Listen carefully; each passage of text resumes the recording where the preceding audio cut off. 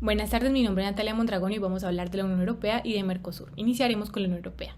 La Unión Europea actualmente es una unión económica, sin embargo, anteriormente ha tenido que pasar por todos los peldaños de tipos de integración, tales como mercado común y zona de libre comercio.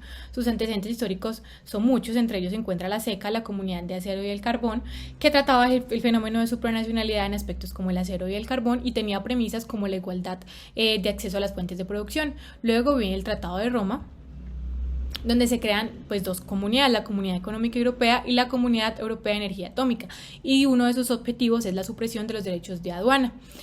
Posterior a eso viene el Tratado de Fusión, que consolida, acaba con tantos órganos que existían en las comunidades anteriores y crea una sola comisión y un solo consejo. A partir de eso pues se consolida y se involucra la autonomía, la primacía y el efecto directo. Entonces se sientan las bases de la supranacionalidad, que va a requerir pues que se aterricen estos pilares que fueron involucrados. La autonomía, porque tiene pues órganos propios, tiene personal propio y además tiene propio presupuesto. La primacía es que el derecho comunitario va a estar por encima del derecho nacional en los temas en los que se tenga competencia, y el efecto directo es lo que va a involucrar a los ciudadanos. Luego existen otros tratados como el de Bruselas, el Acta Única Europea, el Tratado de Luxemburgo. Posterior a eso viene el Tratado de Maastricht, que es uno de los más importantes, que es donde se consolida realmente la Unión Europea. Se hace también una reconfiguración de instituciones y de competencias, y se dice que van a haber dos cooperaciones que se van a dar a nivel de intergubernamentabilidad, que es la política exterior y seguridad común, y además la justicia de asuntos del interior. Pero además los pilares comunitarios, es decir, lo que se va a trabajar bajo la supranacionalidad, van a ser determinados temas tales como el derecho de libre circulación, y los estados ceden funciones en redes transeuropeas. Posterior a eso viene el Tratado de Ámsterdam, que busca dotar a la Unión Europea de capacidades institucionales necesarias para responder a los nuevos problemas tales como la globalización. Luego viene el Tratado de Niza, que se firmó con el ánimo de reconvenir pues como ese ánimo no tan bueno que existía dentro de la Unión Europea. Sin embargo, eso quedó pues inconcluso porque no se logró. Luego viene el Tratado de Lisboa, que busca hacer a la Unión Europea mucho más democrática, más eficiente y con mejores capacidades para responder a los problemas que existan.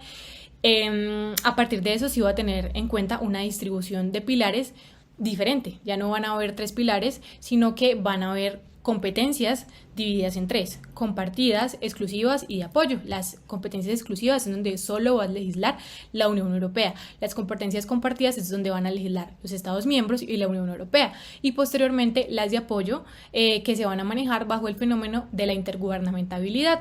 Cuando manejamos una competencia sobre este fenómeno, los países podrán hacer reserva. La Unión Europea ha tratado de dar señales sobre la constitución política, de consolidarla. Sin embargo, eso no se ha podido porque los países miembros consideran que su soberanía se ve mucho más limitada, y esto no va pues como ser tan beneficioso, sino que antes va a ser perjudicial. Dentro de la Unión Europea existen varios tipos de normas. Entre esos se encuentran los reglamentos, las directivas, las decisiones, las recomendaciones y los dictámenes. El reglamento es la ley general que le aplica a toda la Unión Europea y se trabaja bajo el fenómeno de la supranacionalidad. Las directivas son los actos legislativos en los cuales se establecen objetivos que deben cumplir todos los países miembros. Sin embargo, cada país pues debe crear sus planes para implementarlas. Las decisiones son particulares y vinculan a sus destinatarios pues en todos sus elementos. Luego vienen las recomendaciones, que no son vinculantes y permiten a las instituciones dar a conocer sus puntos de vista y dan líneas de actuación que pueden ser acogidas. Luego vienen los dictámenes, que no son vinculantes, son informes técnicos y no imponen obligaciones. La Unión Europea tiene una figura muy importante, que es el Tribunal de la Unión Europea. Frente a este se pueden llevar varias acciones, tales como el recurso de prejudicialidad, porque busca garantizar la aplicación efectiva y homogénea de la norma comunitaria y que no existan esas aplicaciones ni interpretaciones pues divergentes.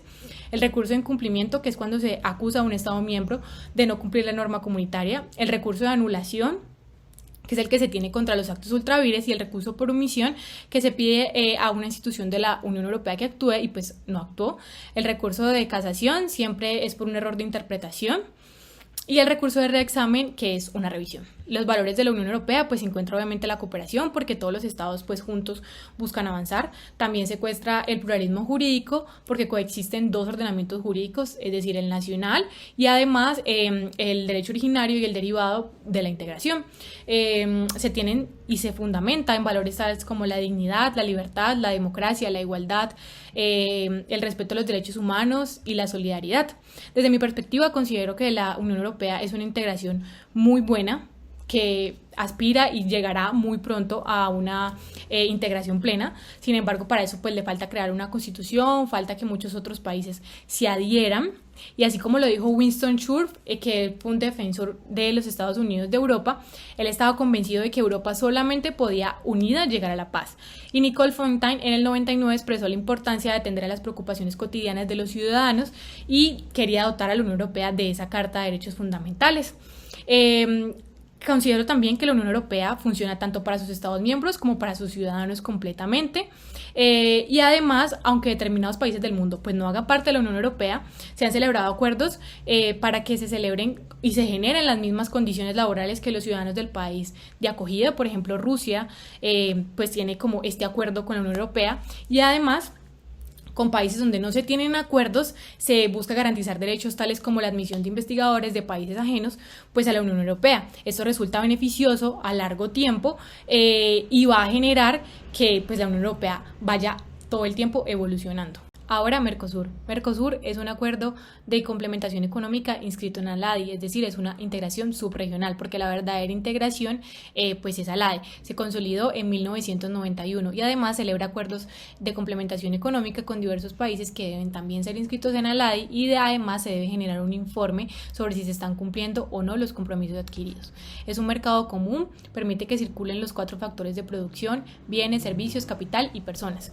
Su derecho originario es el Tratado de Asunción, el Protocolo de Brasilia, el Protocolo de Europetro, el Acuerdo Marco Interregional entre la Unión Europea y Mercosur, los demás acuerdos de complementación económica que se han generado con demás países, y el Protocolo de los Olivos, donde se crea el tribunal. Una característica de Mercosur es la flexibilidad en el cumplimiento pues de las decisiones según el tipo de país, y una de sus dificultades más grandes ha sido la estructuración, porque todo se maneja bajo el fenómeno de la intergubernamentabilidad y no de la supranacionalidad como en la Unión Europea. Aquí no hay autonomía para tomar ciertas decisiones. En Mercosur se da y existe el cubismo normativo, porque en determinados países puede ser la decisión un acto legislativo y en otro un acto administrativo. Esto es tedioso porque Mercosur depende de la voluntad política de los estados y de los presidentes pues que estén en ese momento de turno. Aquí no hay codecisión y los órganos que existen toman decisiones en función del mismo. Existen 3 órganos: el Consejo de Mercado Común, que es el órgano político, es el encargado de emitir decisiones, también se encarga de la dirección, de la coordinación de la integración y ejerce la personalidad jurídica. Ejerce funciones de manera simultánea, pues es el órgano político, el judicial y el legislativo. Son los representantes de los estados miembros. Aquí hay una representación directa y no existe autonomía. De segundo está el Grupo de Mercado Común, que es el encargado de emitir resoluciones y es el órgano ejecutivo. Aquí se tienen 4 titulares y 4 miembros. Este órgano ejerce funciones ejecutivas, legislativas y judiciales. Además también maneja pues subgrupos según la materia. Además rinde cuentas e informes. Las potestades judiciales se activan cuando existen conflictos dentro de Mercosur. De tercero está la Comisión de Mercado Común, que emite directivas. Son normas que dan una hoja de ruta para ejecutar una decisión importante de Mercosur, hace seguimiento a esos acuerdos. También puede celebrar reuniones ordinarias y extraordinarias. Emite también normas en materia de competencia desleal.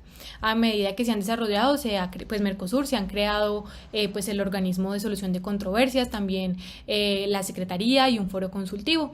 ¿Cómo son los reclamos en Mercosur? Pues cuando se trata de un reclamo de particular en contra de un estado de Mercosur, se da en el país de origen y luego se acude al Grupo de Mercado Común, pero esto tiene un problema de doble admisibilidad, pues se necesita que se admita dentro del país de origen y luego en el Grupo de Mercado Común.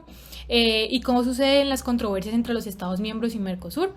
Pues el arreglo puede darse por arreglo directo o por arbitraje. No existen recursos. Mercosur pues ha servido y depende de quién esté de turno en la presidencia. Y yo, como opinión personal, considero que Mercosur tiene muchas falencias en su estructura inicial, así que necesita pues una reestructuración. Los autores Miguel Carrera y Rodrigo Rodríguez, en su texto denominado Problemas para el Desarrollo de Mercosur, expresan que uno de los obstáculos para el desarrollo de este esquema de integración son considerados como estructurales, y eso quiere decir que podrán estar pues presentes durante mucho tiempo. Entonces creo que debe hacerse esa reforma al derecho originario y al derecho derivado, ampliar mucho su campo de acción, permitir que se presenten recursos, que se ejerzan esas acciones, que no la mayoría ostente las mismas funciones, porque no puede estar en cabeza del mismo órgano la función judicial, administrativa y demás. También considero que debe ampliarse mucho el fenómeno de la supranacionalidad, porque esto va a hacer que las decisiones pues no se cumplan de forma tan tediosa. El campo de acción también va a ser mucho más grande. Y los valores que se dan en Mercosur es la cooperación, la solidaridad, el consenso, el beneficio mutuo, el acceso a la información y la naturaleza complementaria, lo que ayudará a futuro a que se cumplan todos los propósitos que se tienen como mercado común.